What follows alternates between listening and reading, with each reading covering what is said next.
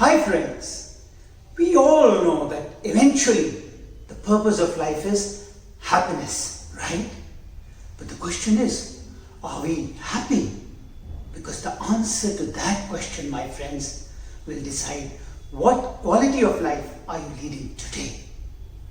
And more often than not, what happens is that our lives are straddled with self-created worries. Let's take the example of a typical family. There could be worries related to the child's admission to the big B schools, worries related to the financial condition of the business, worries related to health. The problem with worries, my friends, is that they don't solve anything. They just compound the misery. So in this video today, I'll try to give you 3 very simple words. And I assure you that if you start following these 3 simple words in your lives, you can say goodbye to your worries and embrace your happiness forever. So let me take the illustration of the family I was talking about. Lots of you must be students or parents. Let's take a case where a family's child is aspiring to do an MBA. So the want, the desire of the entire family, including the student, is that the child should get into the best B schools, into the great IIMs or some wonderful universities overseas. And what is the worry? The worry is that the desired outcome may not happen. How does this solve the problem? It doesn't.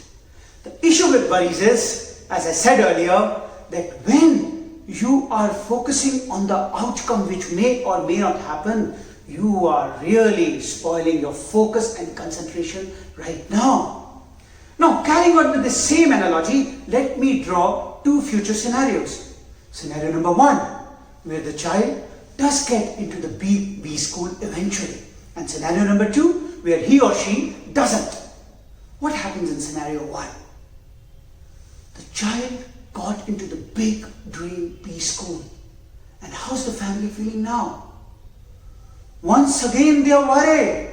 Why? Because their focus is on the outcome. They are thinking, will he get the desired job? Will he get the desired salary? The desired career? Their focus once again is on an outcome which is likely to come 1 to 2 to 3 years later, not predictable right now, and how valuable that outcome would be then is also something which is not clear right now. Scenario 2, the child did not get into the dream school, got into a normal private university, doing reasonably well. How's the family doing? Once again, while they may have come over the worries or the shock of the previous failure, the reason of their worry today is thinking about the future. So what do these simple illustrations tell us, my friends? These tell us that the definition of worry is nothing else but misplaced prioritization of your focus. The winners who remain happy always focus on the effort that they have to do today, right now, and do not bother about what outcome will come. Obviously, the same message was given with the illustrious scripture of Bhagavad Gita, where Lord Krishna said, focus on the effort that you have to do today. So the first simple word to kill your worries and remain happy is focus on the effort that you need to do today and forget about the outcome. And I'm sure this will help you eliminate your worries. But then, one question remains unanswered. Outcome, of course, does matter. Nobody wants to fail. So how do we tackle that mystery? The answer for that needs going back about 100 years to one of the greatest inventors mankind ever had. Yes, friends, I'm talking about the great inventor Thomas Alva Edison. We all know that he was one of the greatest inventors and he's credited to perfecting the electric bulb. But do we know how many times did he fail before actually making the final perfect bulb? Well, the precise number may not be sure, but roughly it was about 10,000 times.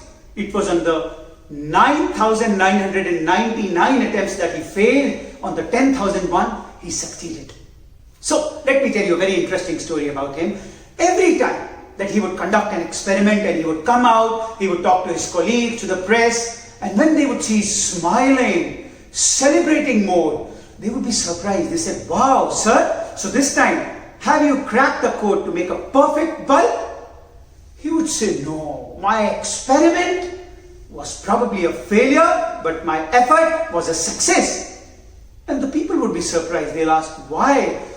And his answer, which I want all of you to bear in mind, is that today I successfully learned one more way how not to make a bulb, how not to fail in the process of making a perfect bulb.